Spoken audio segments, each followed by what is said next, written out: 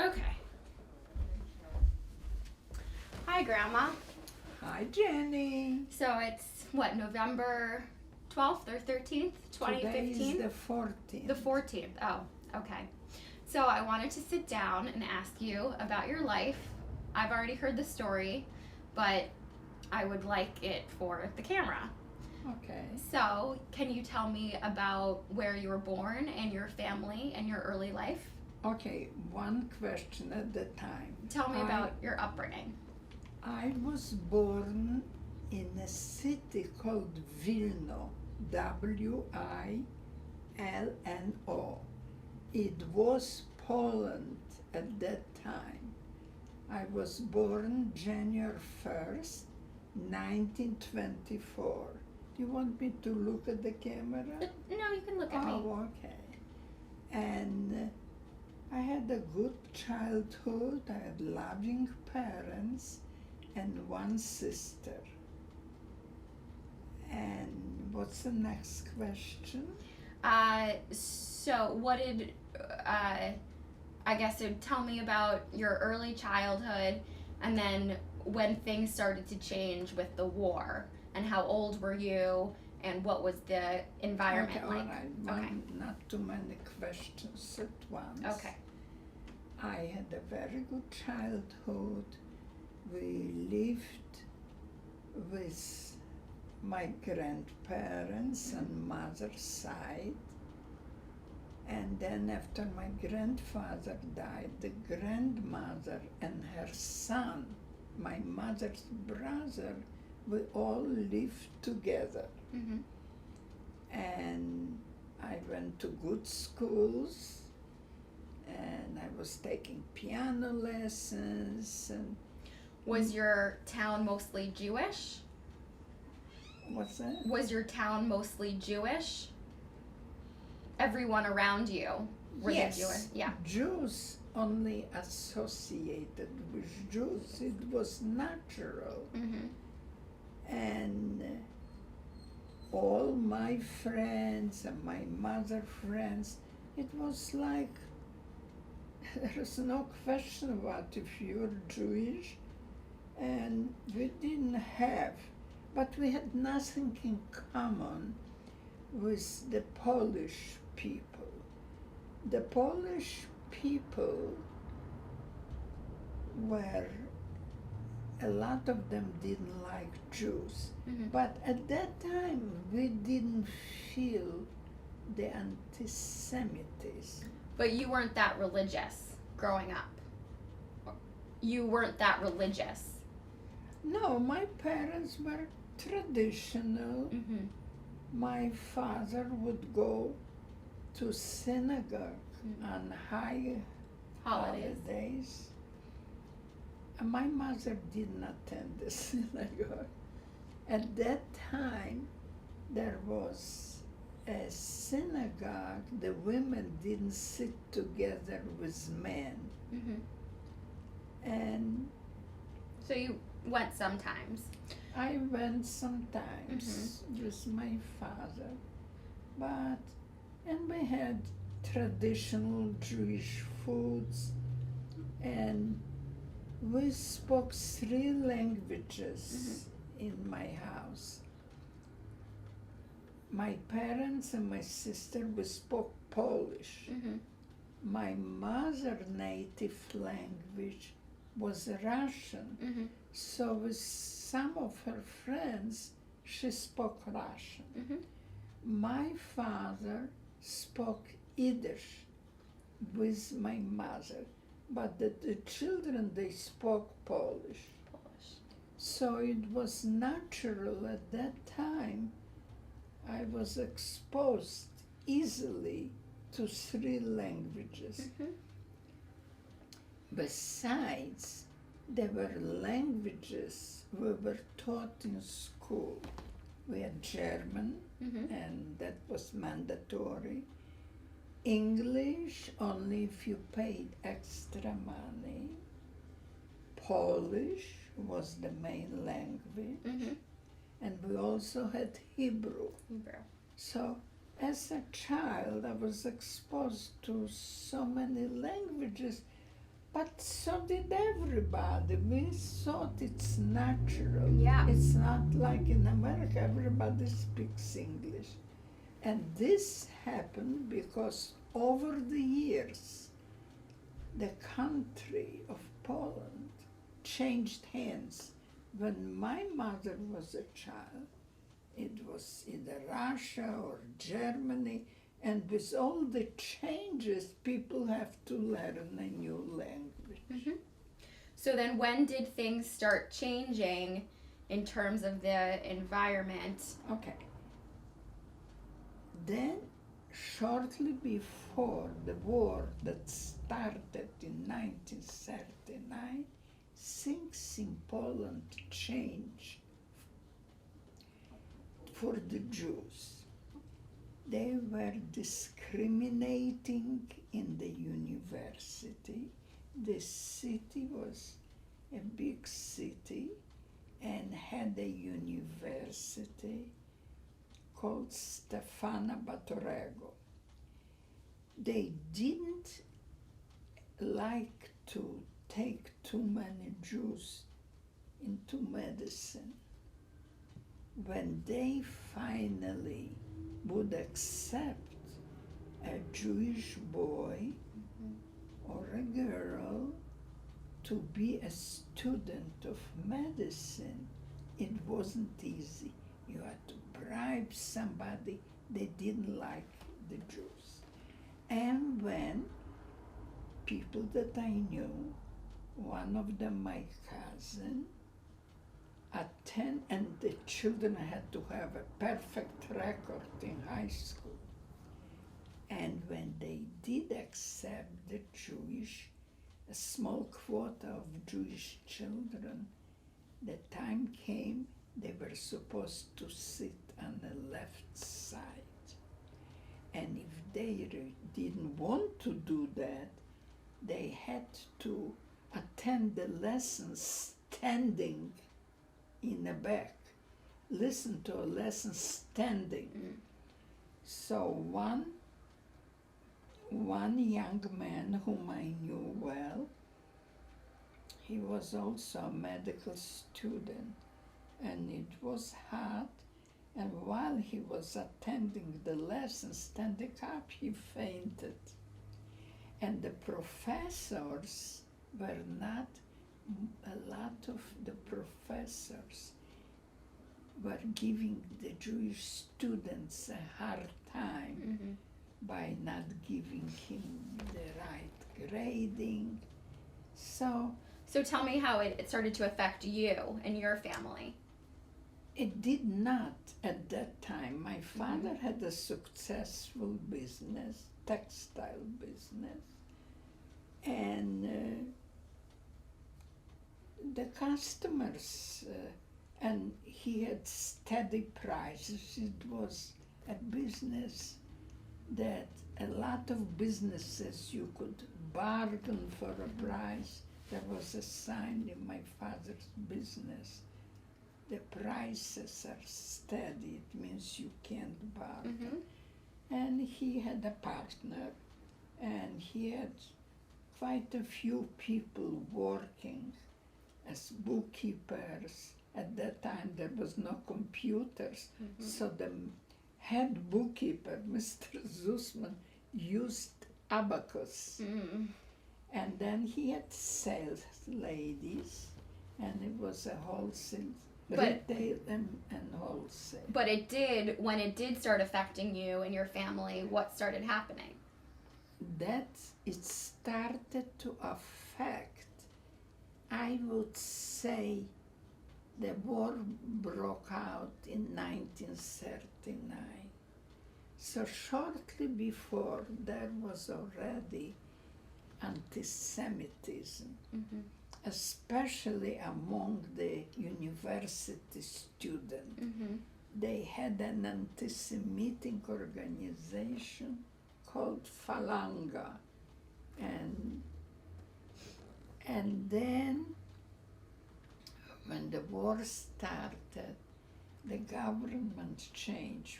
First, the communists came, and a Russia had a pact with Hitler, with Germany. They divided the Polish country in half. They had an agreement that Hitler will come from the west only to the median. And Stalin, who was the dictator in Russia, could come and occupy Poland from the east. Mm-hmm. But the Germans broke the agreement and they entered from Germany into the territory that was supposed to be occupied Mm-hmm. by the Russians.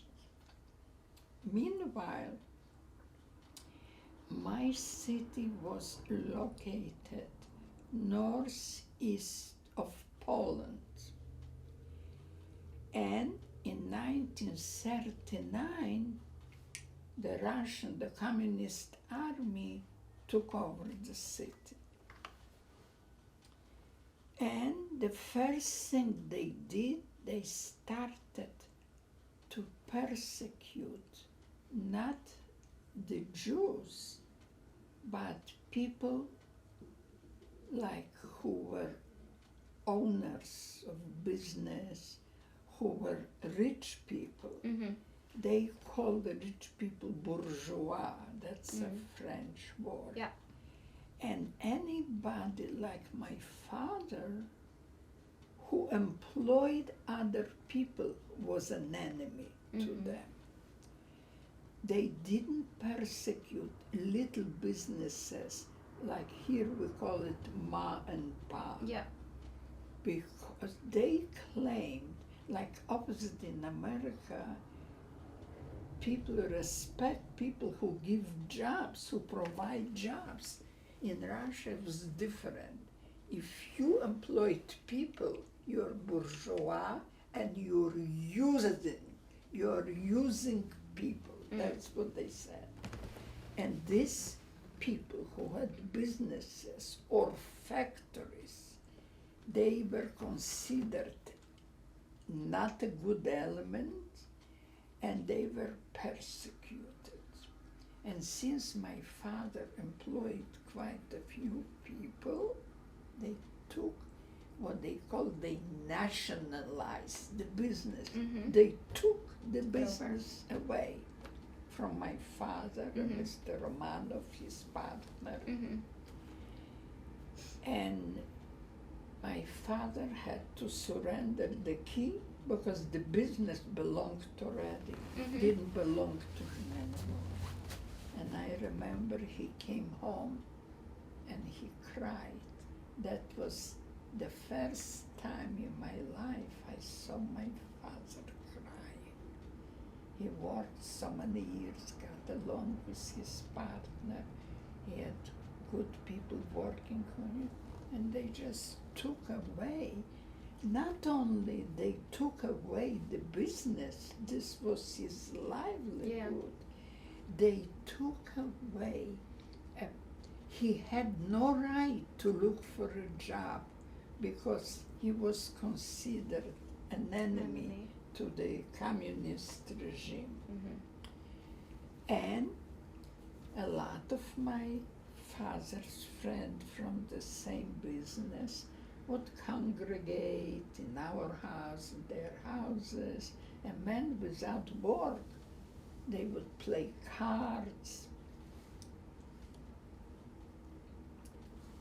And some of the people, the propaganda to hate the rich people was so bad. As some of the people who worked for my father, a few of them were very devoted. The other people became already sympathizer of the communist regime, and they started to steal. Now, my father had a lot of merchandise, materials for dresses, for linen.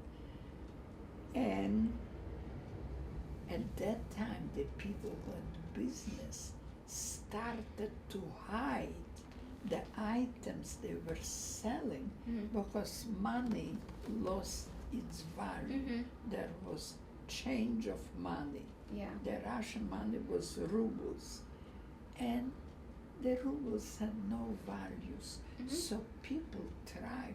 And there was right away a shortage of everything in the city. So the business people tried to save for a rainy day. Yeah. My father hid it in a cellar, some merchandise, because the soldiers from the Red Army, since in Russia they didn't have anything, Yeah. they were supposed to be equal, but the people were very poor. And here, when they occupied our city that had everything, jewelry, clothes, people lived a nice life. They went crazy. They kept on buying and buying whatever they saw. Yeah.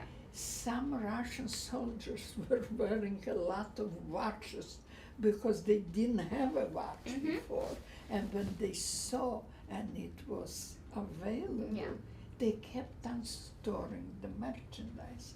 And the business people got frantic, so they would hide their merchandise. Yeah. And then the Russians gave away the city to Lithuanians. That was the neighboring country that for years, Poland, and at the north of Poland was a little country called Lithuanian. The border was closed. People from Poland were not allowed to enter Lithuania. A matter of fact, my father had a brother, Ben, whom he didn't see for 20 years. The Lithuanians and the Polish government fought over my city, Vilno. The Lithuanians claimed that belongs to them, and the Polish people said that belongs to Poland.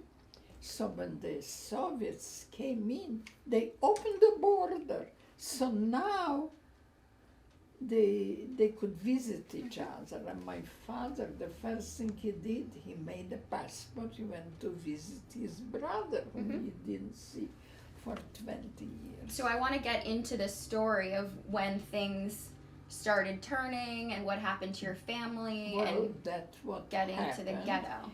With the new, that was a little, anyway, from the Russian occupation, the Russians, the communists, were good guys. They gave my city to the Lithuanians.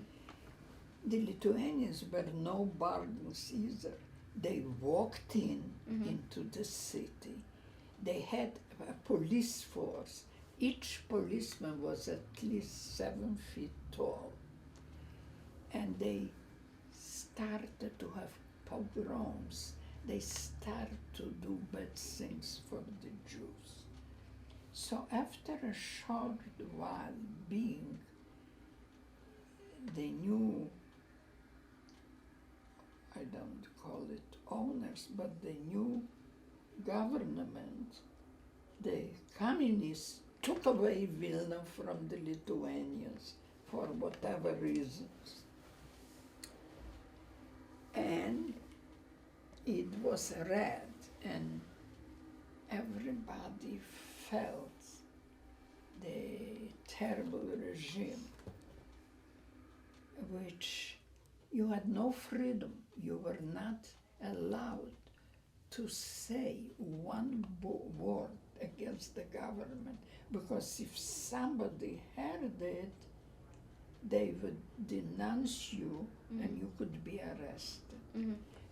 Then they would invade people's private homes. They came at night, especially people of means. Now, my father was not a millionaire. He had money. He worked for it. They came at night, a whole bunch of them, to check. I don't know what they were looking for, merchandise, and they arrested my father. Mm-hmm. My father was a person who couldn't hurt a fly.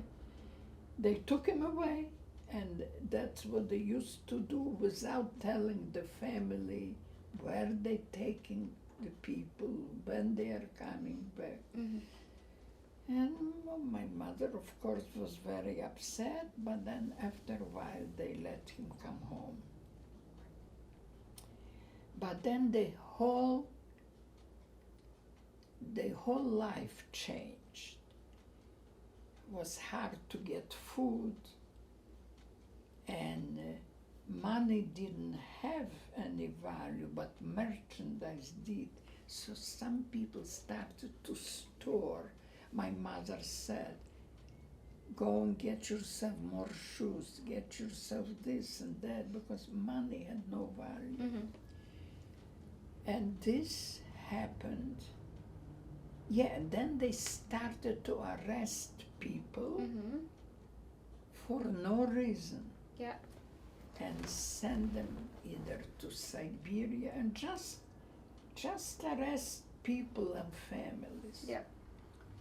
And they took away the businesses from Mhm. business people. So what happened to your family, and how did you get first moved to the ghetto? Now, ghetto was a little later. Right. I'm talking 39, 1940. Right. 1941, Mm-hmm. the Germans walked in. They Mhm. broke the pact. Mhm. Hitler broke the pact with Stalin, entered into East territories, Mhm. and occupied Mm-hmm. the city. Yeah. And then the real trouble started.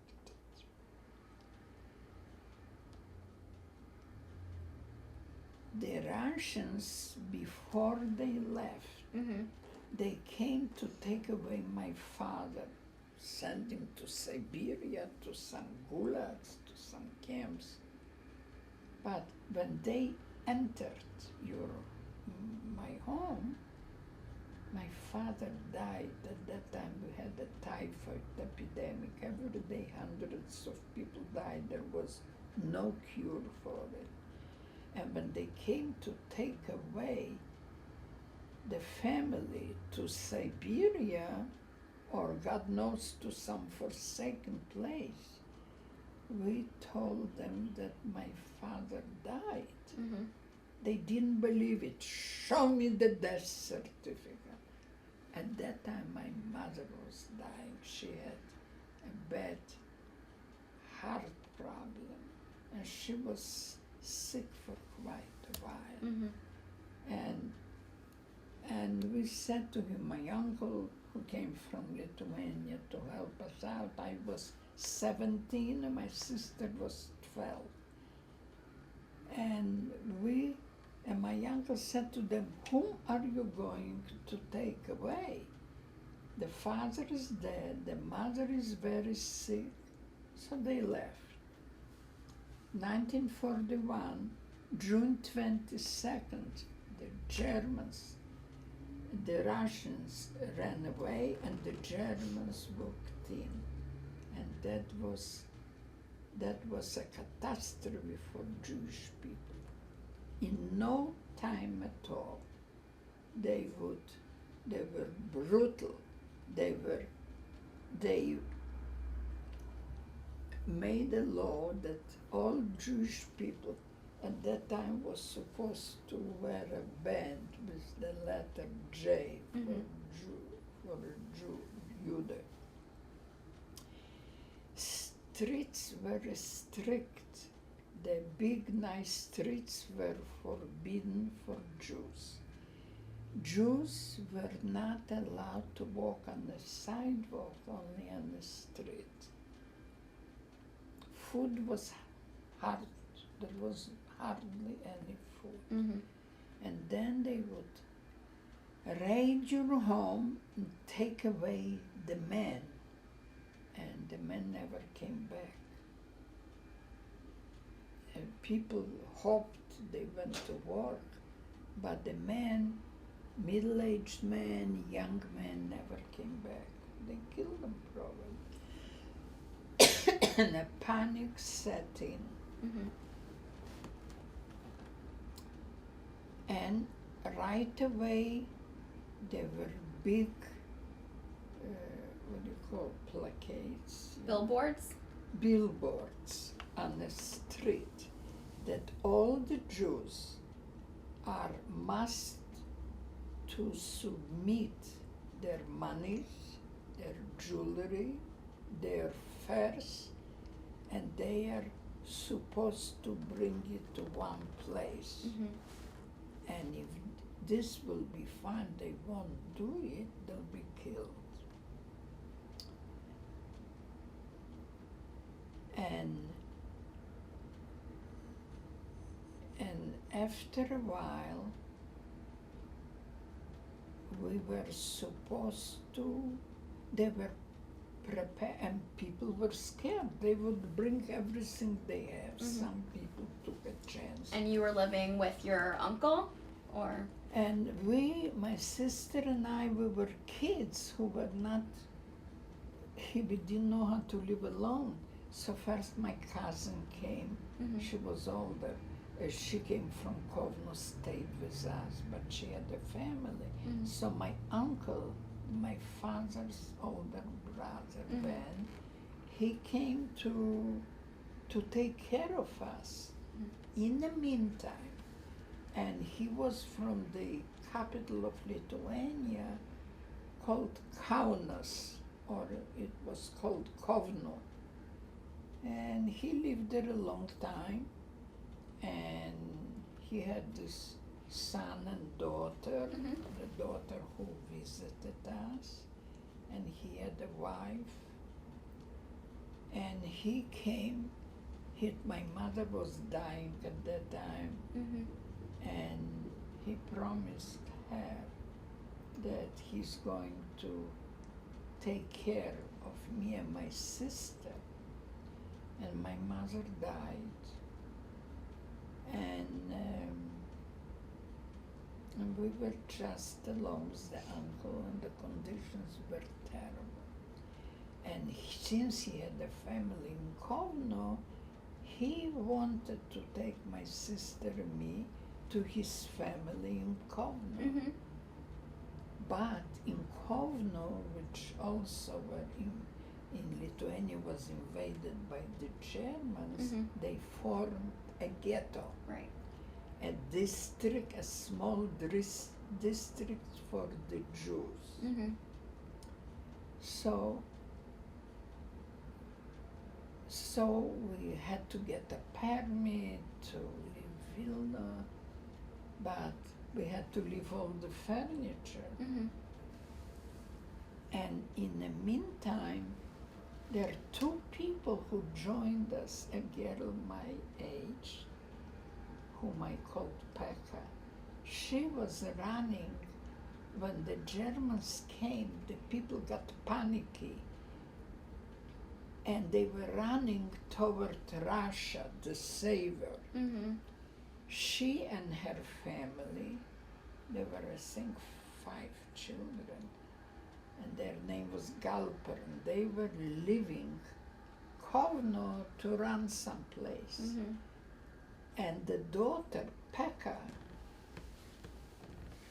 got lost during the chaos and the trains. She got lost from her family. She was all alone, no clothes, nothing, in a panicky situation. But she had friends in Vilna. Their friends were people who lived in the same building where I did. And their name was similar to now to my married name, Yocheles. And I was friends with Fanny, was their Mhm. older daughter was my age, and we were friendly. Yeah. So And then. she knew the family. She found their whereabouts, Mhm. and she cried. She doesn't know where her family is. She's all alone in the world. So the Johannes family told her maybe she ought to go back to Kovno and maybe she can find her family. Mhm. And by the way, she said that my sister and me, my uncle, are going back to Kovno. So she joined you. So she joined us. Okay. And she was a beautiful, nice girl my age. Mhm. So she joined us Yeah. in preparation to leave Vilna. Mhm. And then a middle-aged, handsome man knocks on the door, and he said he's a refugee from Warsaw. He has nothing, and can he join us? He has no roof on his head. Mhm. Can he be with us?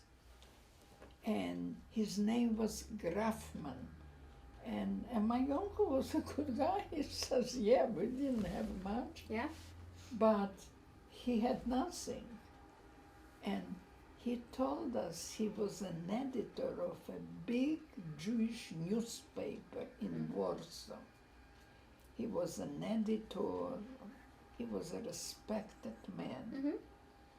He left his wife because the people from Western Poland men were running away, Uh-huh. but they would leave the son and Yeah. the wife behind because They were they safer. didn't know where they're running. Everybody was running someplace. So then. So he joined us, Mhm. and we couldn't get food, so we ate. My mother had big jars of preserves. Mhm. So we could find bread and eat the preserve. You couldn't get any food. Yeah.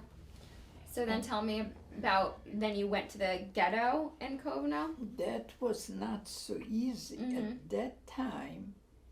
So my uncle was energetic, and between my friends and we got a drive. First of all, I had to go and get a permit to get out from Vilna.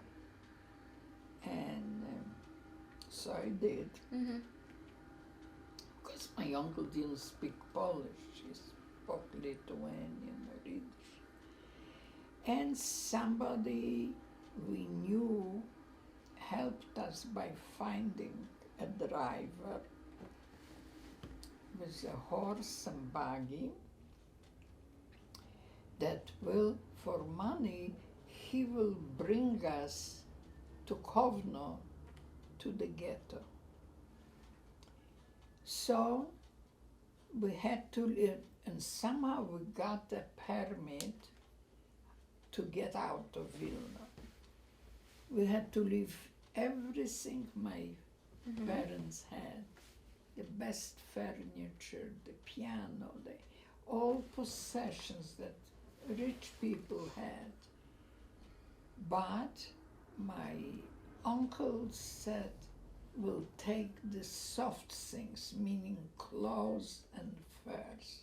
And since the driver was I don't know if you call it a buggy, it's not a truck, but it was a cart attached to the horses, and he promised us to drive us to Kovno.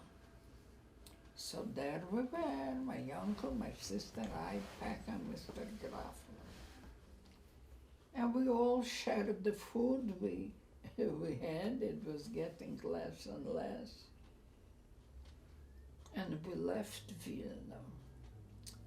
And my uncle was pretty good in organizing things. Now at that time, things were bad. Mhm.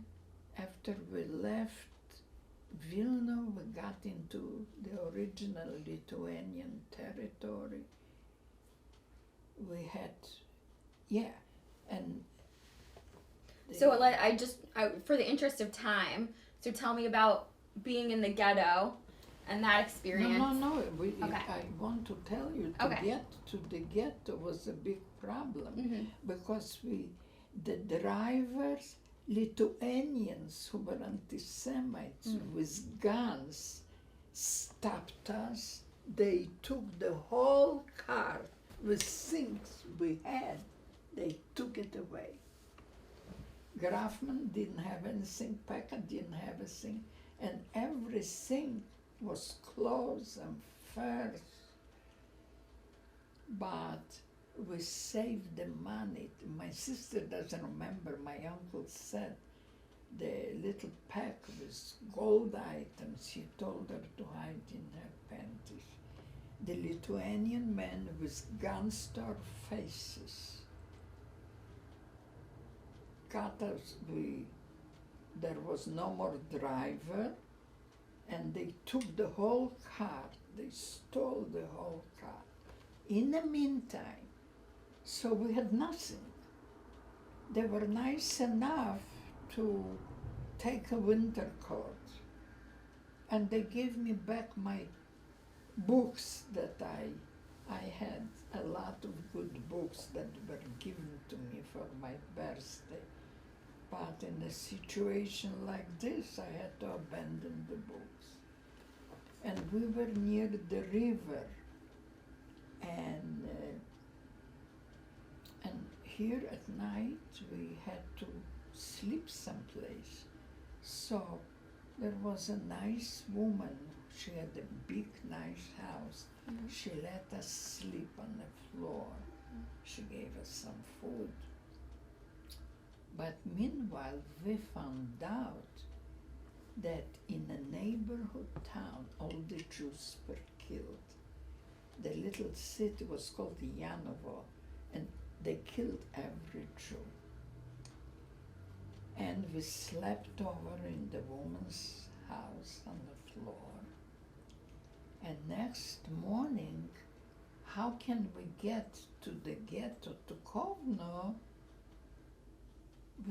Somebody, well, it was my uncle's idea, we hired a little boat, and the man was supposed to bring us by the river to Kovno. And we stayed a long time on the boat, and we came to Kovno, and the ghetto was already formed. And we were just, like you see now, migrating people, you call them all refugees. We had no home, we had nothing. We came to the ghetto. Now the Jewish administration, they had to give us a permit to enter the ghetto. And your uncle's family was already there. They were supposed to be there. And Pekka hoped maybe she'll find somebody. Grafon had nobody. He was all alone in the world. And somehow he found out that his son was killed in Poland. When we came, and the ghetto was surrounded with barbed wire. And the people in ghetto were clinging to the wire because the rumor was already that some refugees from Vilna are coming. Lo and behold, near the wire on the other side, Pekka sees her aunt. And she finds out that the family is in the ghetto, and she was so happy, you know. I was 17, she was maybe 16. And on the way, all that, she got sick, and she probably had fever, and I was feeding her water or tea. Where we slept on the way to the ghetto, I was feeding her some tea. Anyway, she was so happy. And, you know, people in ghetto, the news that people, 7, they said, we were 5 people. Everybody knew there are some people from Vilna came, so everybody wants to know who and how. So after a while, they let us into the ghetto. They opened gate, Mm-hmm. and we walked in. Grafna was sticking with my uncle, my sister and I, and Pekka went To her to family. her family. And my aunt, my uncle's wife, who was a real witch, she came to greet us, but she was not a nice person. Her children didn't like her. And she looked at me and Tola. We hardly knew her. And she said to my uncle in Yiddish, which I understood, "What did you have to bring them?"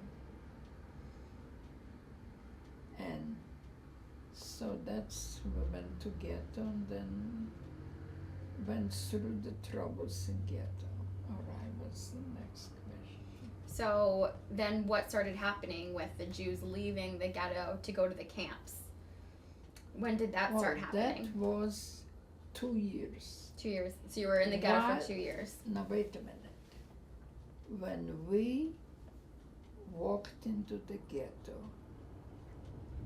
my uncle's family, the son and the daughter was the husband Mm-hmm. and the child and the aunt, the loving aunt, Mm-hmm. were living in what they call the small ghetto.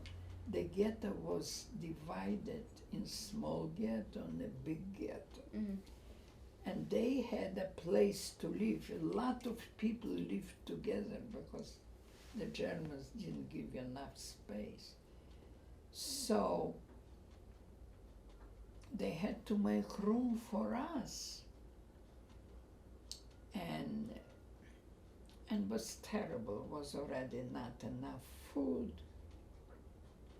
But over the years it helped. The money we saved from my father's possessions, Mm-hmm. we could And- get extra food. What did you do every day? The Jews were supposed to go to war. Mm-hmm. And again, they kept on killing out people. If they saw somebody wearing a watch, they would kill you on the spot. Then one day was what they called action. It's an action they call. It's a, what they call when you sort out people. It's Like a selection or correct. selection? It was a selection. And the order was that all the Jews have to come out in the morning on a big field. Mm-hmm. And the Germans were screaming and holding their guns, and the people were huddling together, and they started the selection. We didn't know which, and they would say, you on this side and you on the right side, and we didn't know which side is good, which one is for this or not. But you could figure it out. In the side where there were older people, by older I mean they were middle-aged, but everybody looked old. Mm-hmm. And where there were older people and children, we knew it's a bad side. So we hoped we won't be selected to be on this side. And this took most of the day. And we were lucky to get to the good side. And we came back to where we lived. Mm-hmm. In small quarters. There was more people living in the same place. And then the Germans walked in. They put me and my cousin Fanny into a room, and they told us they were big men, uniform. They told us to get undressed. And they told us they're looking for gold, silver, and diamonds. Ironically, I had my mother's 2 diamonds sewn into a sweater I was wearing.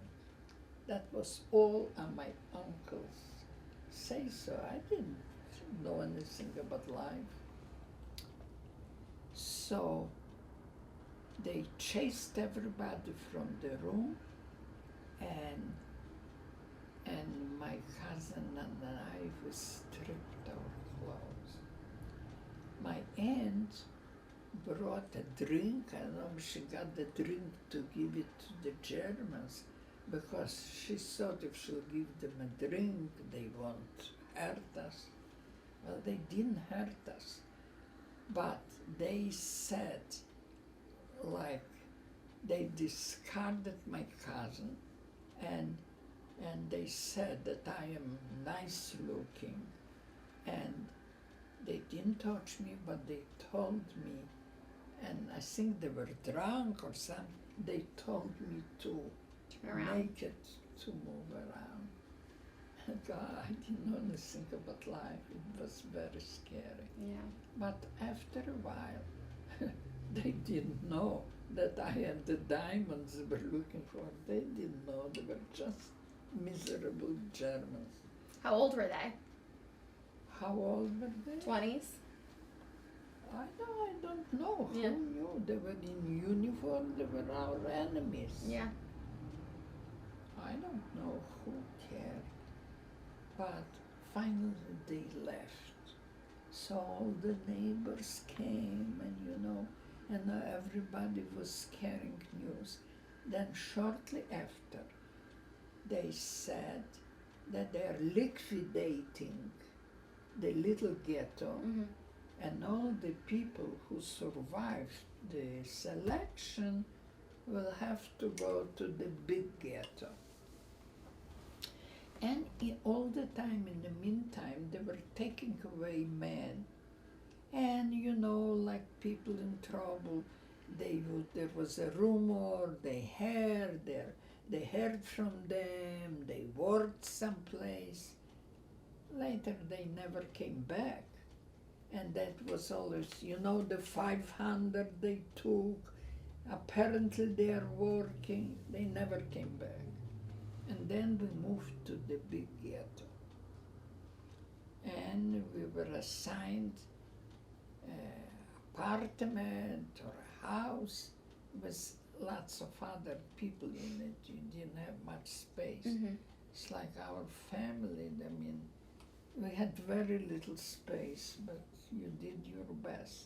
And the food was rationed. Mm-hmm. But since the family told me, not the aunt, she was a witch, but their son, Leo, was a nice guy, and the son-in-law, he said we have extra food because of the money that your father made, because they were not rich people. Mm-hmm. And my cousin was very smart. Once in a while she would take, I don't know, it was a gold coin, and on the black market, she was exchanged it for food. Mm-hmm. So the ration was very small. The fed was a tiny little piece of margarine, and there was no soap. The conditions were bad. There's no running water, no nothing. And every few days somebody was taken away, somebody was killed, and there was another selection. A lot of people didn't come back. Mm-hmm. And this lasted for 2 years. Then,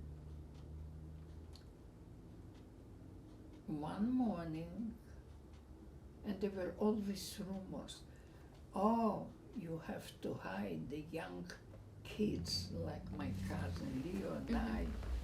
We had to hide someplace because apparently now they're taking this age. Mm-hmm. Every day somebody was killed, and the sanitary conditions were bad. There were the outhouse houses were scared and dirty. It was bad. Mm. And then, I think it was November, a bunch of people came to take away, they didn't tell you where. And they came with a list because the Jewish administration got letters from the Germans. We need 10,000 people. And the Jewish administration, they tried to give names, Mm-hmm. not to try to give names of the people they knew. So on the list was my family, but not my sister and I. And you didn't know where they are taking you. We presumed they take us to a labor camp. You had But- heard of the camps. We didn't know anything. Mm-hmm. We all the Jews pacified, they say they are taking us to a labor camp. Mm-hmm. So it's better than being killed in ghetto. But the list that was given by the people from the Jewish committee didn't have my name and my sister. But I didn't know how to be alone. I hated my aunt. She was miserable. My uncle was nice, but it was tough. There was diseases in ghetto. I had sores all over the body that didn't heal because of malnutrition. I had at one point 4 styes on my eye, and there was no, doctors didn't have any supplies or medicine.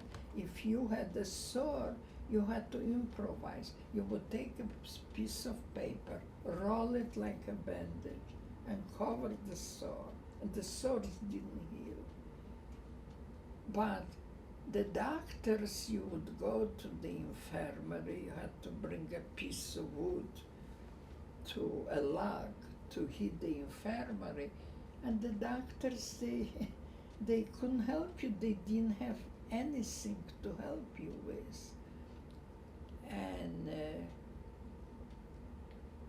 so they would say, for the sore, since there was no medicine, no ointments, people used the tiny little piece of margarine, because it had a little fat, to put on the sore, so it was healed. Okay. So A then you. long time after the liberation, I found out that there was a Jewish policeman who liked me a lot. He was a very decent man. His name was Blayman. And when I met him, after I came back from concentration camp, he says, I try, and he probably had a say in the committee. I wanted to make sure that you and your sister won't be on the list. How come you went with your family? I couldn't be alone. I didn't know how. So you went on the list to go to the camps. So list we was for didn't the know camps. where we're going. Yeah. So they took us out on a big truck, Mm-hmm. some other people, and they brought us to the airport. And then they unloaded the trucks, and the Germans in the SS uniform were screaming and hollering. And right away they were make a selection, men separate, women separate, and the children, people had little children, they would tear away the child from the mother's arm and throw it in a truck. So, and my cousin had a sweet little boy. He was about 4 or 5. He was adorable. she made her mother on the airport to carry the child, hoping they will think the mother is a young woman, and nobody had lipstick, nobody had anything. So women looked older than they are. She made her mother, the witch, to hold the little boy so the German will think that she's a young mother. Well, the mother was taken away probably, and the little boy was probably thrown in a truck. And the rest of us, the man, my uncle, and two cousins, they were separated. Mm-hmm. And we found yourself, Fania, my older cousin, Mm-hmm. my sister and I. They pushed us into a cart.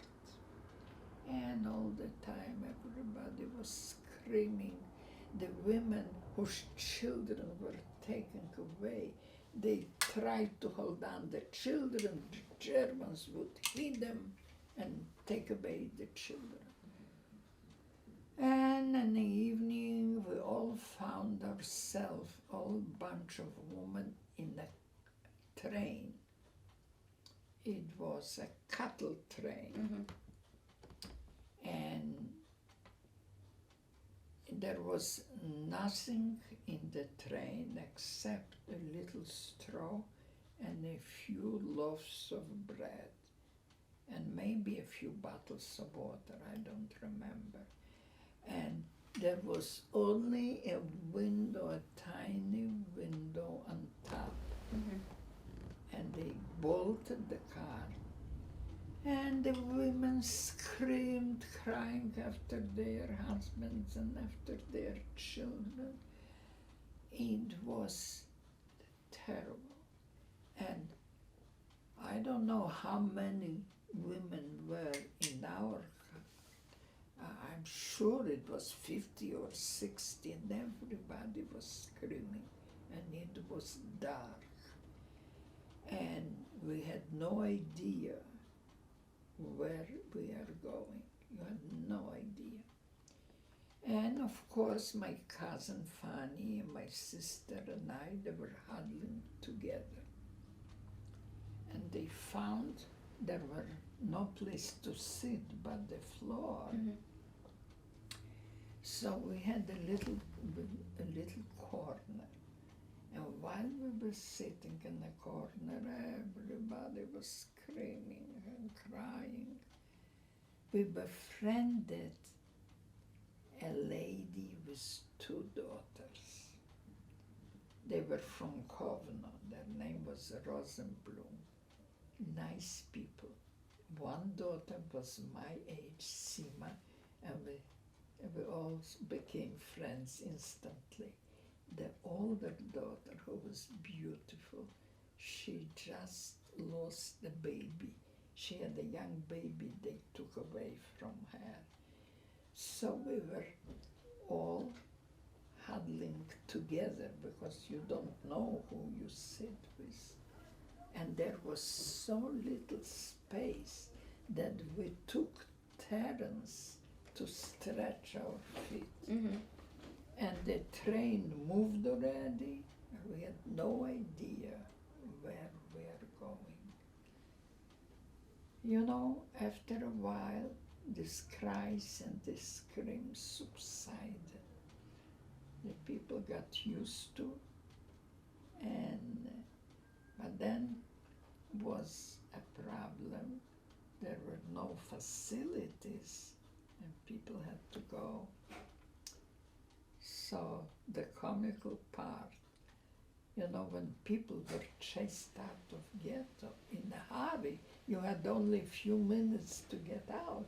So some people took a pillow, some people took something. There was one woman who saved a pot that she was cooking gefilte fish in. Oh. She took the pot, you know, in the moment of panic, people grab anything.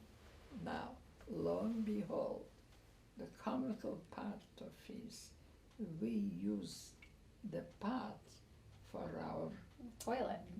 needs. Mm-hmm. now. And everybody was agreeable. You have to go, you have to go. So, but to dispose, to clean the pot,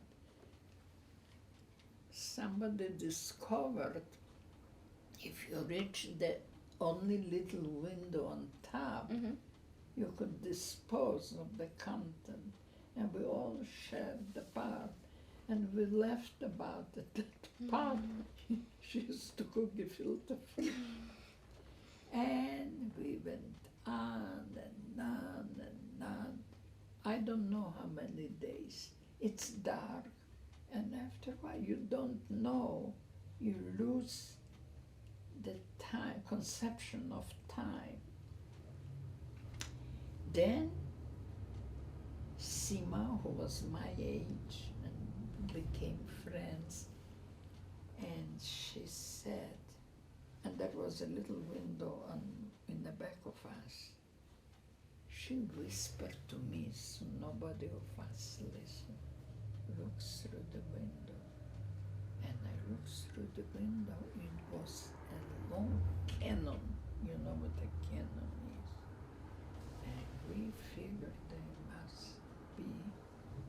Yeah, and the train stopped.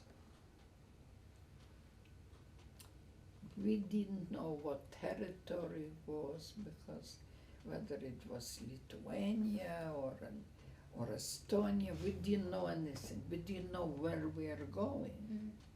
We were kept in the dark. And Sima whispered to me, don't say anything, but look through the window. And I saw the cannon. We were sure, she and I were sure they were stopping a train. They are going to kill us with bullet from the cannon. What do I know about cannons? And the train stopped, and they told us to get out.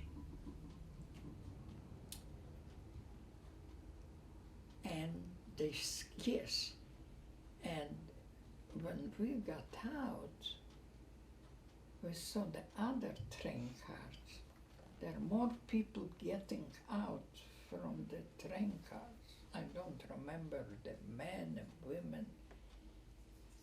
And Siva and I said, well, they're going to kill us here. I mean, why would they stop?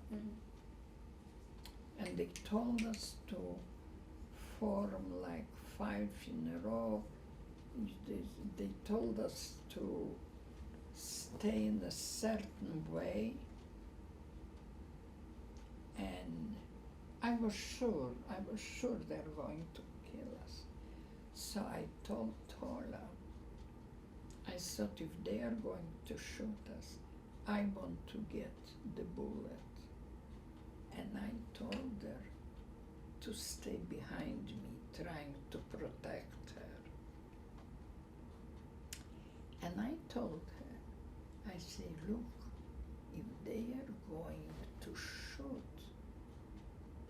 fall and make believe if you're not dead, fall so they think you're dead. Now the man who liked me, the policeman, Blayman,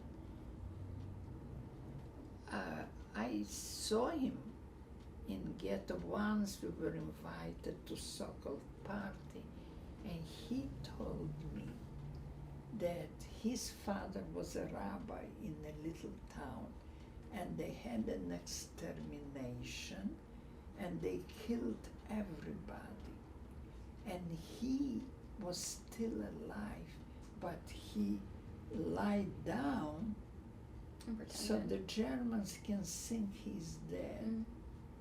And I, having this in mind, I told Tora, if they'll start shooting, and if you're not dead, just lie down. Anything to protect for for how long, to save your life another minute. And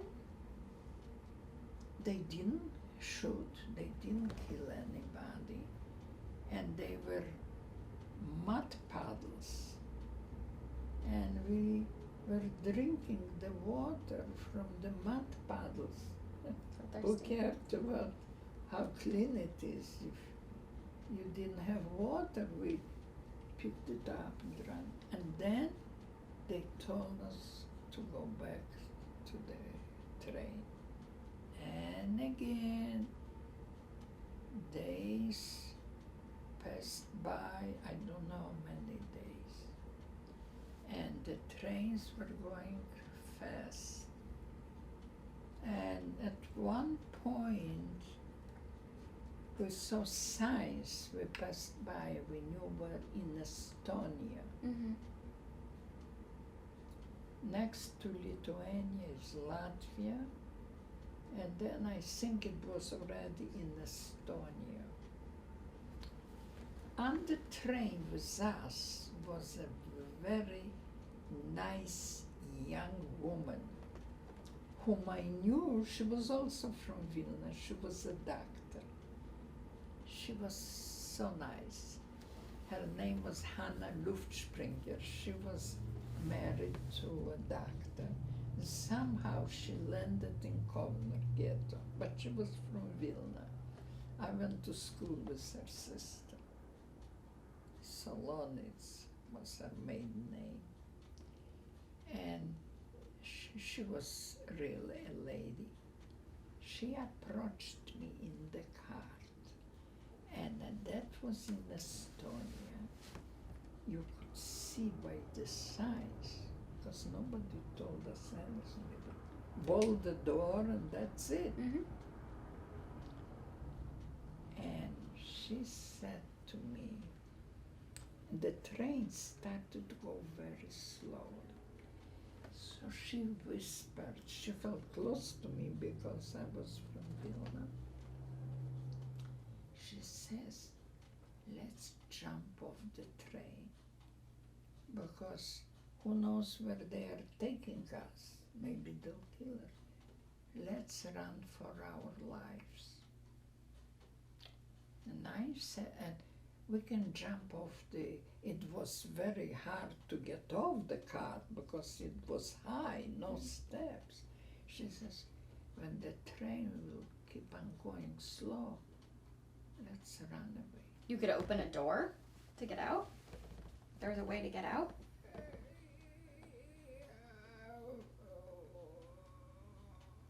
We hoped. Yeah. We couldn't open the door. I don't know how, Okay. but that's Yeah. what she said. Okay. It'll be so slow, let's jump off. I said, look, I'm not alone. I have a sister and I have a cousin.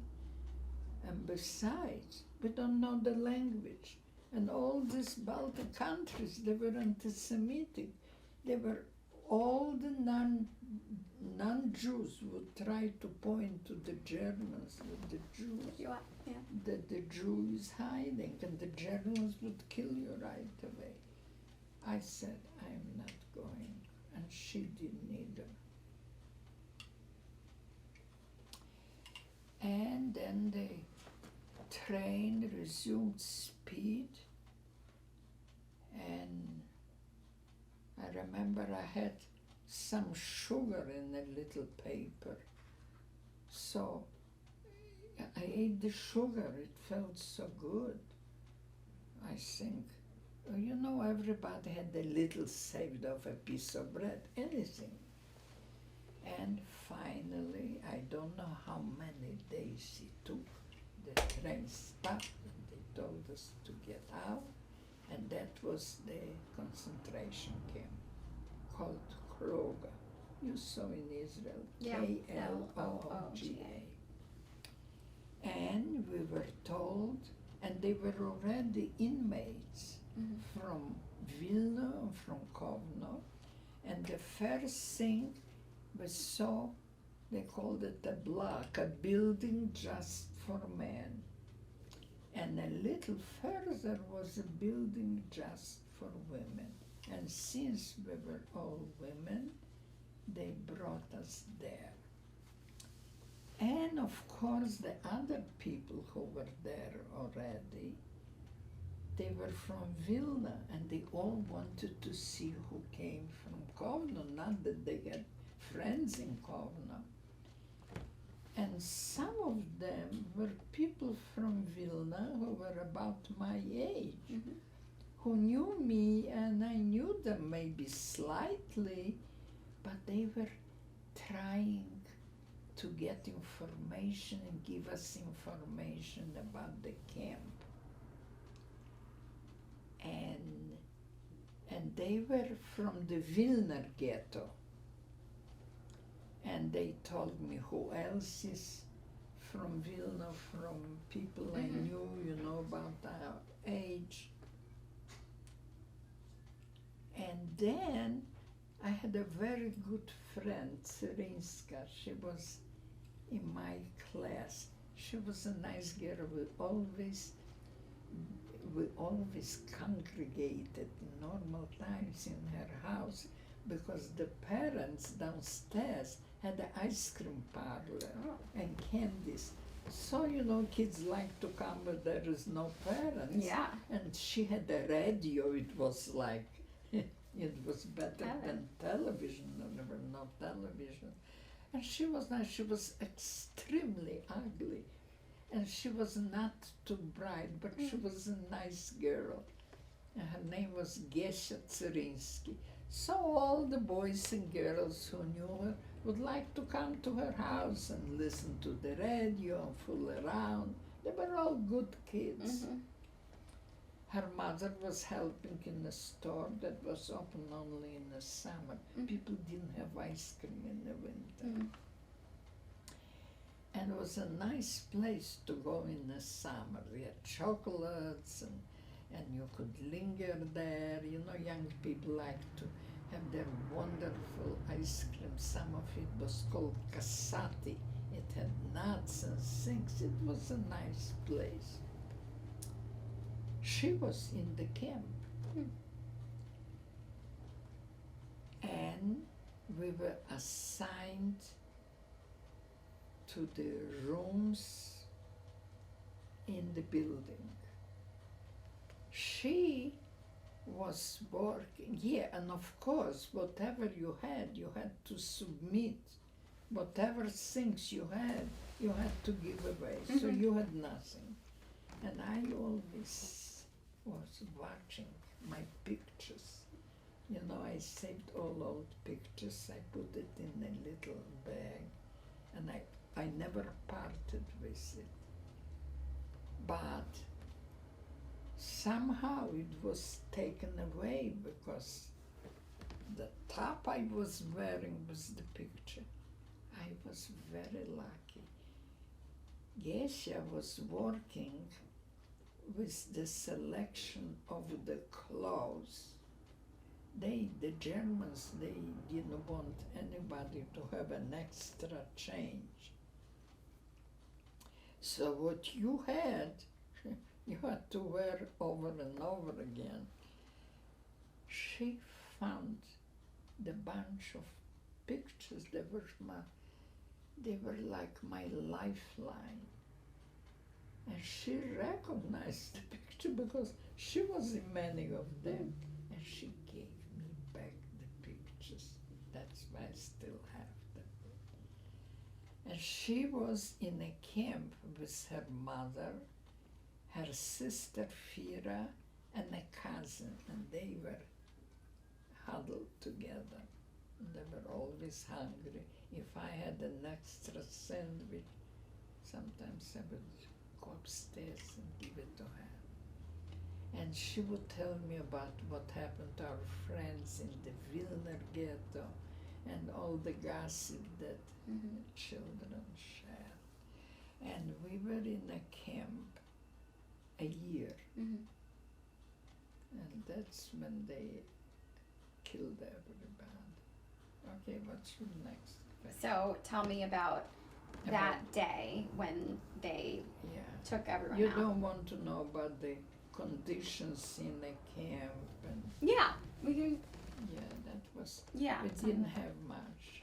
And the sanitary conditions were bad. We didn't have any running water, and every day we were given a small piece of bread, of black bread that was supposed to last us all day. They would give us coffee. It wasn't coffee, it was chicory. And it was like dirty brown water.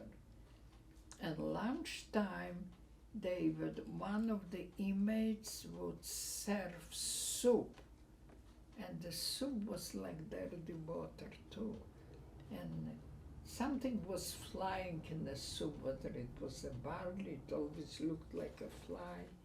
And while this woman was distributing, we all had tin cans of our own.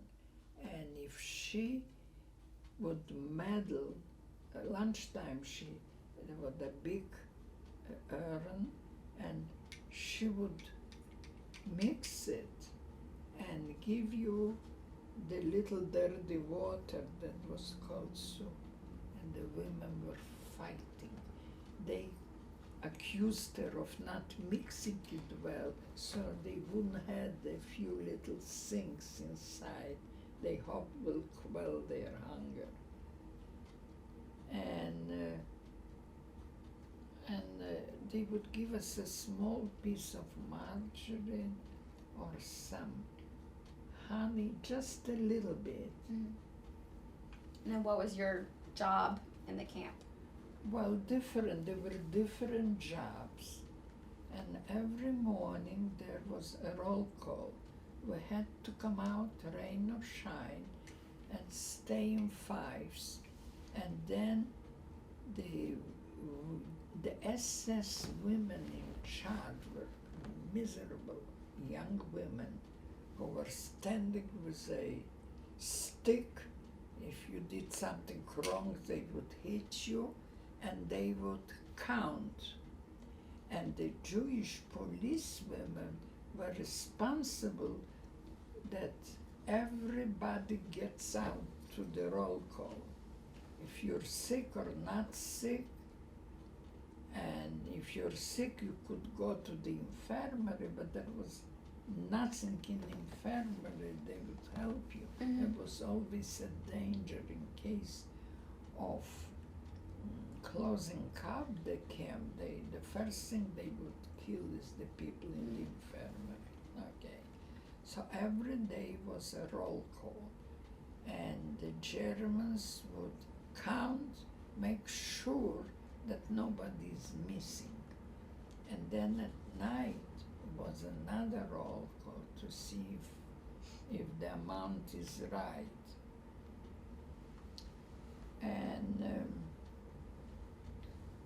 And we were assigned to different jobs, different. And what else can I tell you? Which one did you do most of the time? I was lucky, my sister and we all hoped to work indoors because it was very cold in Estonia. So at one point we were assigned to braid straw, and when you braided, some girls would make big shoes to protect the Germans' boots when they are on guard duty, to keep them warm. So there was a certain art to sew the braids of the straw. So my job was to braid the straw. And then there was some clothes they sent, and we were working with the clothes. Somehow I managed. Carrie, where are you going? I'm going to Margate, and then I'm going to meet Stacy for a cup of tea. So what time will you be back? In about an hour. Okay, goodbye. Okay, bye. So, but then yes. So, since my cousin had a job like a supervisor, there was a privileged room for the ladies who supervised the work. There was only 27 in a room. because in the big room was like 100 beds. Mm. There was no furniture, just the, what do you call them, the cots? Bunks or barracks? Yes. Or, yeah. The bunks, double bunks. And there was nothing else. There was no water. There was a bathroom that didn't have toilets at all. Yeah. And they gave us soap that didn't foam. There was no foam. The soap was like a piece of stone. So we couldn't keep too clean. Mm-hmm. But I knew a woman who worked in the kitchen, and she would let me have, in the evening, she would let me have a pail of hot leftover chicory coffee that was left over. So I used it to wash myself. So I would bring it to the room, and somehow the 27 women who came from different backgrounds got along very well. Nobody fought, which was common in concentration camp. Mm. But we had a bunch of nice women who got along. Sonia, who was older than I am, Sonia Parisky, she had a comb, so we all shared her comb. If somebody had a needle, we shared the needle. We got along well. And we didn't have much bedding, and the cots, the bunks were hard, but you know, if you're tired after all day, you sleep any place. And the woman, Deborah, she was on the bottom of the bunk, I was on top. And we got along well. But, yes, so this lady who lived in a building in Vilna where my aunt was, she let me have the pail of hot coffee. So I washed my hair, I washed myself, you did your best. Nevertheless, we all had a problem called lice. Lice, yeah. The lice got into your hair, but somehow I had a comb that combs out the lice. So everybody was asking. And when you combed it out, you could kill the lice and made you feel a little better. But we all shared my comb, my hat comb. And I had a girlfriend from school who was very famous. She was a pianist. She was a little crazy, Sarah Shrednitsky. They put her to sleep because she was mental. And she had curly hair like the black people. And she didn't live in this room, but she knew that I had this comb for a fine comb. So she came to borrow it. Mm-hmm. And she, look, I knew her. I always respected her. You know, people would bully her because she was a little crazy. And everybody said, oh, don't give her the comb, don't. I say, how could I refuse? Mm-hmm. Anyway. So you were at the So camp wait a for, minute, okay. the lice was bad, Mm-hmm. but the worst thing was the clothes lice. Mm. That since you didn't wash the clothes and you didn't wash yourself, the little nits and the eggs of a lice were embedded in the seams of your clothes. Yeah. And it's a constant, painful itch, constant. And what can you do because you have no facility to keep yourself clean? Mm-hmm.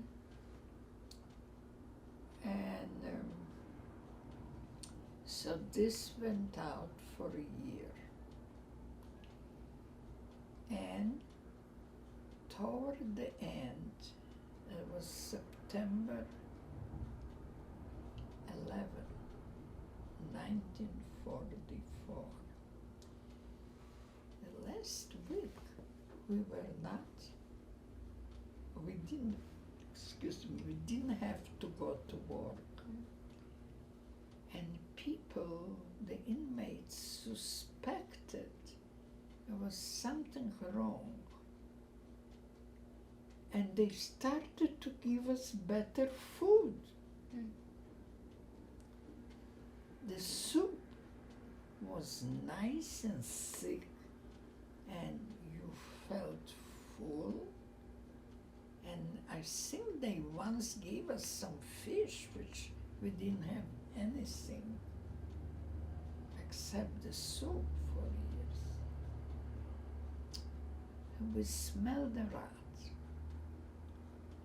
And meanwhile, we had no papers, no contact with the outside world, but we did know from the Estonians somehow that the Russians are coming closer. They were around in Estonia, and we all hoped that they'll chase out the Germans, and how bad they are, at least we will be out of the camp. Well, it was only hope. One time I get up and my friends in the room say, "Did you hear the bombing in Tallinn is the capital of Estonia. It also has another name, Revel. But did they hear the bombing?" I said, "I didn't hear anything. I was fast asleep." So we all hoped the bombing were probably by the Soviets.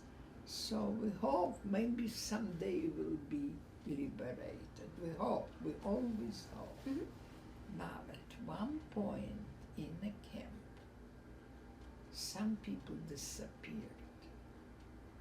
One of them was the cousin of the Hannah, of the doctor. She had the same name, Solonitz. She ran away from camp. She was from my school. She was a little younger. And she ran away, but they found her. And they brought her back. The Germans found her and brought her back to camp. And as a punishment, she had to wear heavy piece of boards in front and in back, attached by a string around her neck. And she had the big boards in front or back. And it said, "Hurrah, ich bin wieder da." It means, "Hooray, I am back." And she had to wear it all day long. Anyway, and then another boy whom I knew, who was a brother of a friend, Julie, he disappeared. They never found him.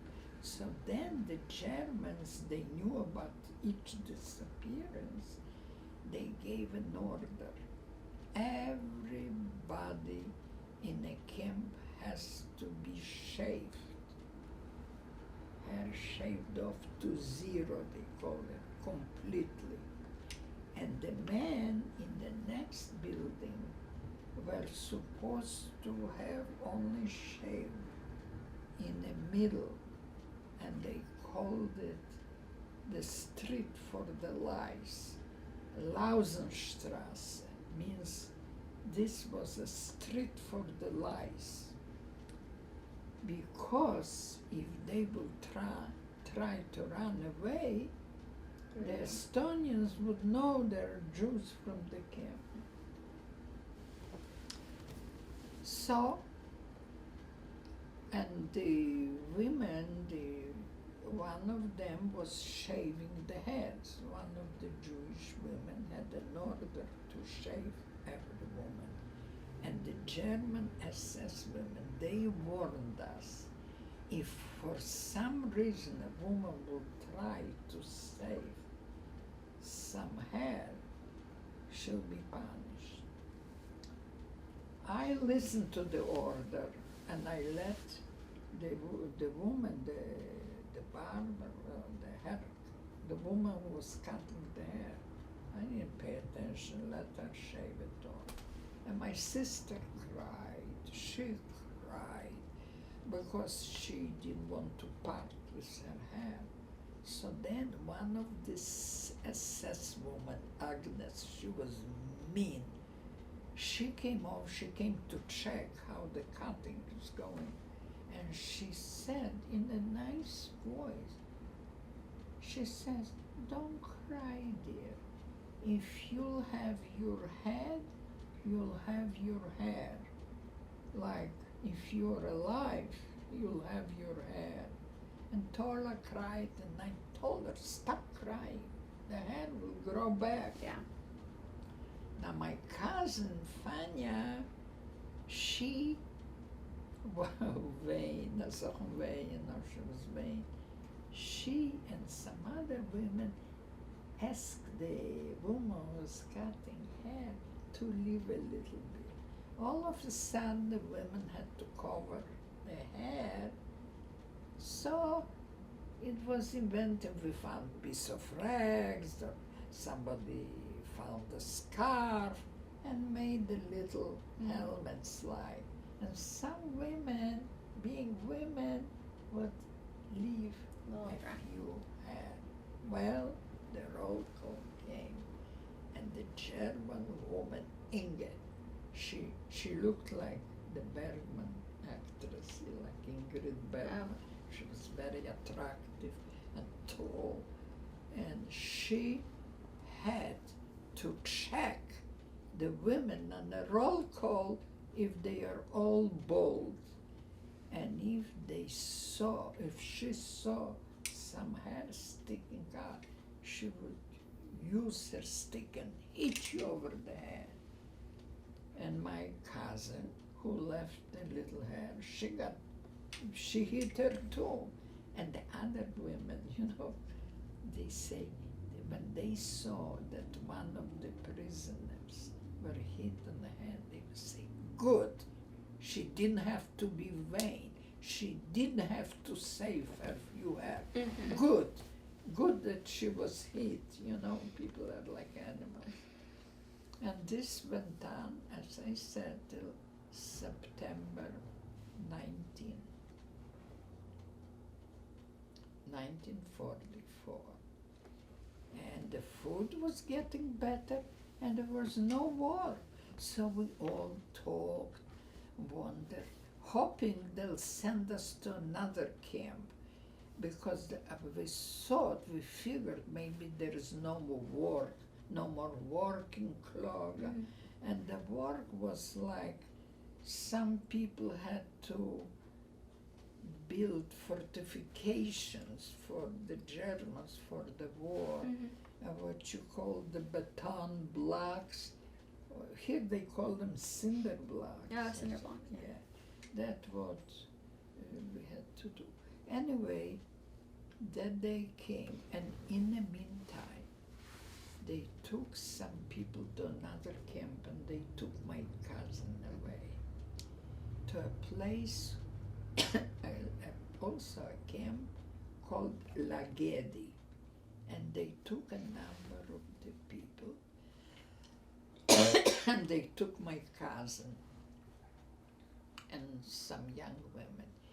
Meanwhile, an epidemic broke out, typhoid. And since they took some people to another camp, they moved the remaining men from their men's building into the women's building. And the epidemic got worse.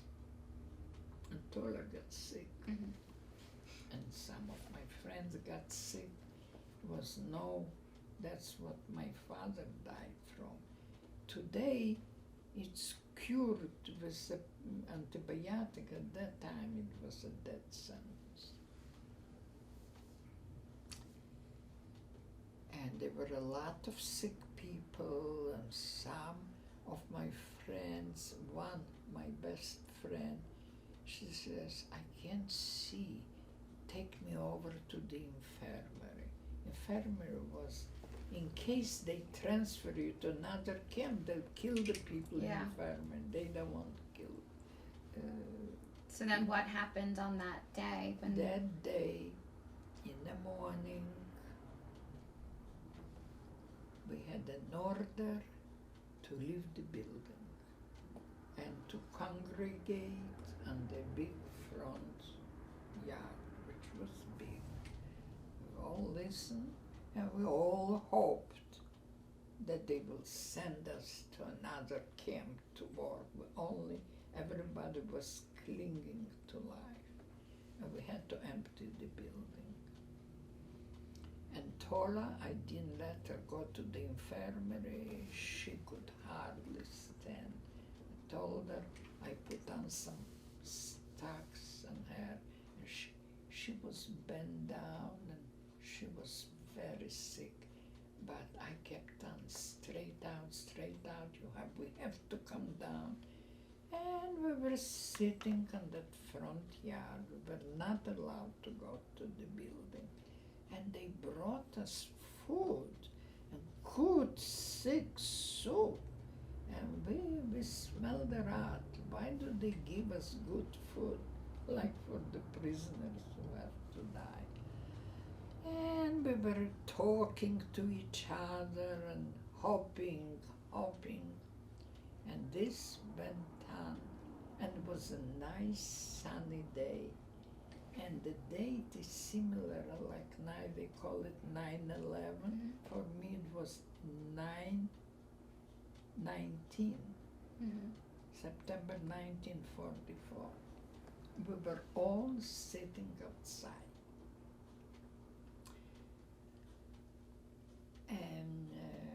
And we talked. At 1 o'clock, the people from the Lagedi camp came back, and it was like you see in a theater. They came from another camp at the same time. The Germans were very organized. All the prisoners from Kloga came back, but not my cousin. So the other men that I knew, who were friends from a long time ago, I said, where is my cousin? She says, some of the prisoners in Lagedi were taken into a prison, and the rest they brought us here. Nobody knew what's going on. And the two brothers who were my friends, our parents were friends, we exchanged. I gave one bread and he gave me some protein. I don't know what I don't remember. We exchanged some food. And we hoped, I say, look, we'll meet in the next camp. And the older brother, the two of them survived.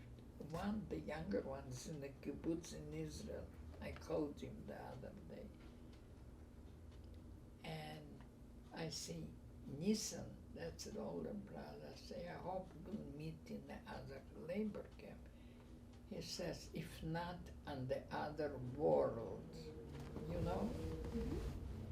And that was 1 o'clock, there screams, and men, German uniformed men, were surrounded the barbed wire. The Estonians who used to work for the Germans in Estonian uniforms, they were like double guards around the entrance. So we knew something bad is going on. And the important Germans on the motorcycle, and they started to holler and to scream at the prisoners. We should, before they told us to sit on the ground, and now they told us to get up. And right away they took people in 5 in each row. First they took the important people. The head of Frida, she was the head of the women's building, and Mr. Meltzer was the head of the men's building. And then some people who were working as police in a camp, they and some strong men who were doing some black marketing, who had food, they were the strongest one. They were taken away through the gate, and we didn't know where, but about 5 or 10 minutes later, we heard shots. Ta ta ta ta ta ta. Aha. We still hoped. We hope the trains will come and they'll take us to another labor camp. Then they took more people. First they took the men, the very important men. Then they took the important women. And the rest, we were all talking and talking. And Tola, I kept on saying, straighten out, straighten out. But she had no strength, she was so sick. And after a while, each time they took, like, I don't know how many people, 20 or 25 each time, they went through the gate. A few minutes later, ta ta ta ta ta ta. It dawned upon me, I don't like it, they're shooting the people. I don't like it at all. So the first thing is self-preservation. I did see for a while that some of the people, against the order, moved into the building. So I thought, where can we hide? You know, in a moment like this, every minute of life is important. And I figured it's never too late to die. Maybe we can hide, you know, it's self-preservation. So I looked around, it was a big yard in front of the building. And I thought to myself, Tola, yeah, she was half dead. And I said, where can you hide? There was an abandoned truck. So how can you hide? The Germans will find you. Then there was a wooden, what they call the washroom, a wooden little building where people could wash their clothes. So I thought, well, how can you hide there? There are 2 doors. I mean, they will come. And I knew when the Germans will kill people, they'll come and check if somebody escaped. And they were taking out periodically people, and in the same orderly way, and the same shots after it. And for a while, all the men were gone, and there were just some women left off, waiting for their turn to go where? And I said to Tola, I said, you know what? Let's save our lives. It's never too late to die. She agreed. She was very agreeable then. She had no way. Yeah. She could hardly stand up. Mm.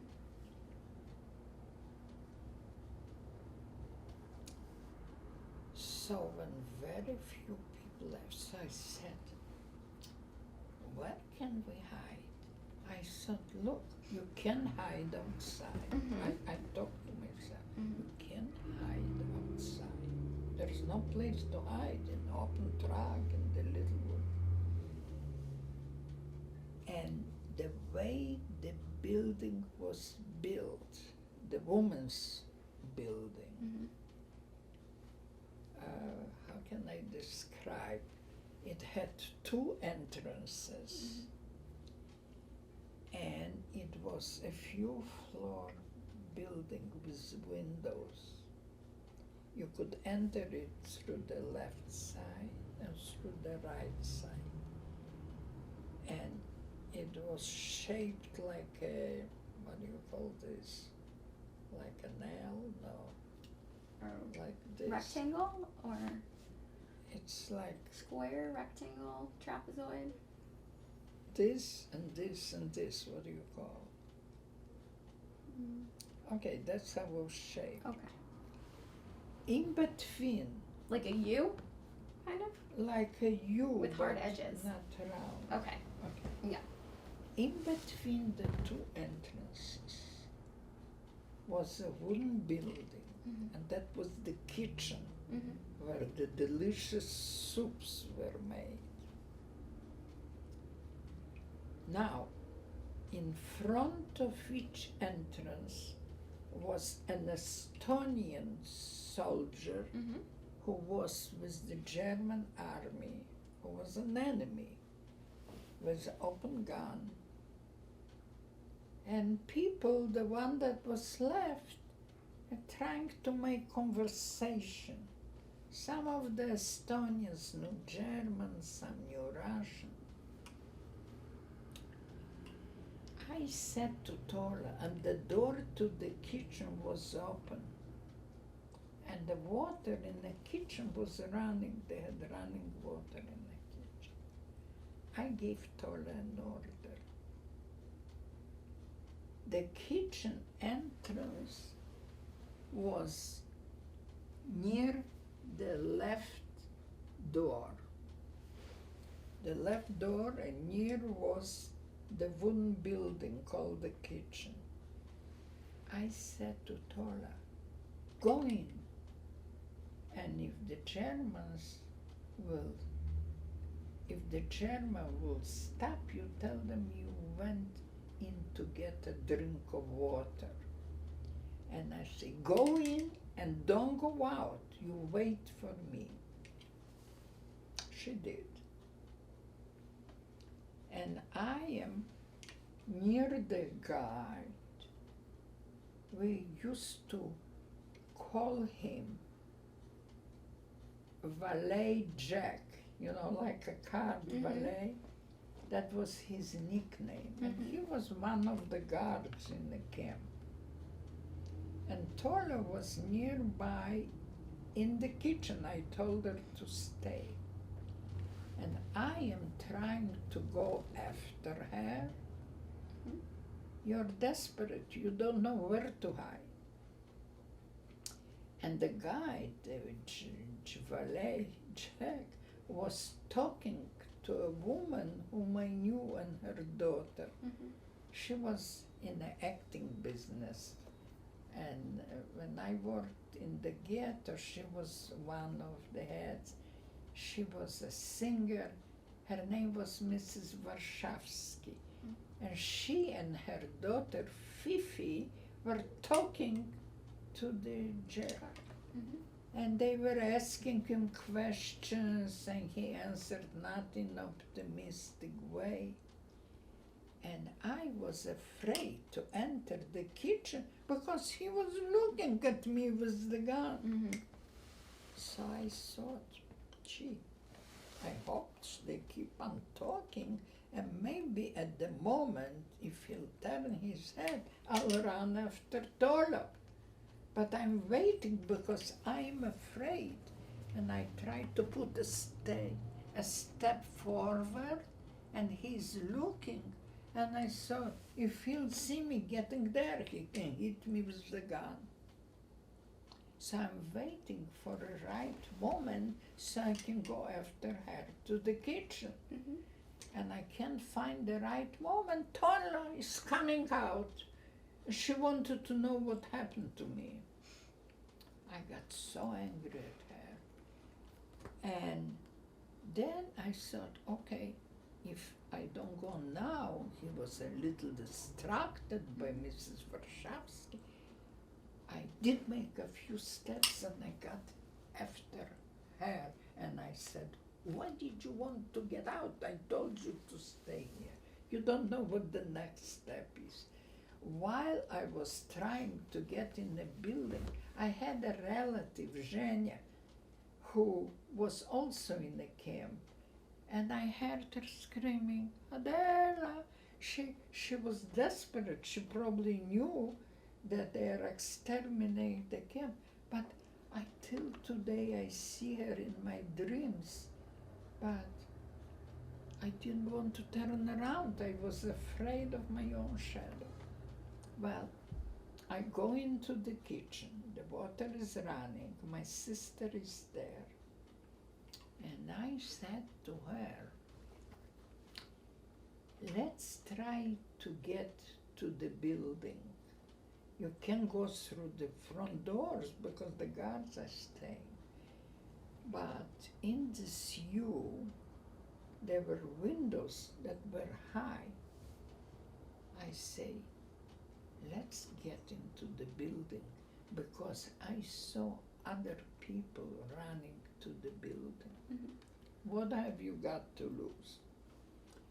She was sick and weak, so I bent down in front and the windows were either open or you could open them, and I say, you get on my back and get in.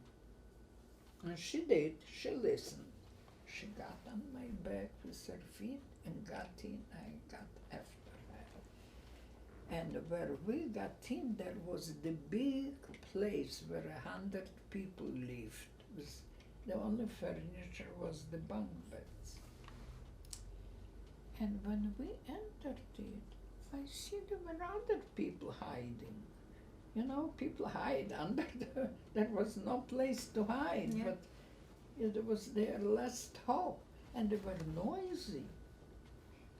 So we get in, and I said to her, I don't like to stay here, there are so many other people. Let's go to the side. To the side was a hallway, and there was a room where we lived the whole year. And the room where we lived in was near the right-hand door entrance to the camp. So I said, let's go in. We'll hide, you know, you just never too late to die. She listened, she was listening to me. Mhm. And we got there, and then I saw we lie down in the bottom bunk bed, and I said to myself, it's near the entrance to the door and to the gate, and after the Germans will kill everybody, they'll come and check the building. Mhm. So in that end of this hallway was a door. And when you opened the door, there were two more little rooms where the prisoners live. So I thought it'll be safer because maybe the Germans would come to look for the people. When they see a door, maybe they won't open it, so they won't go in.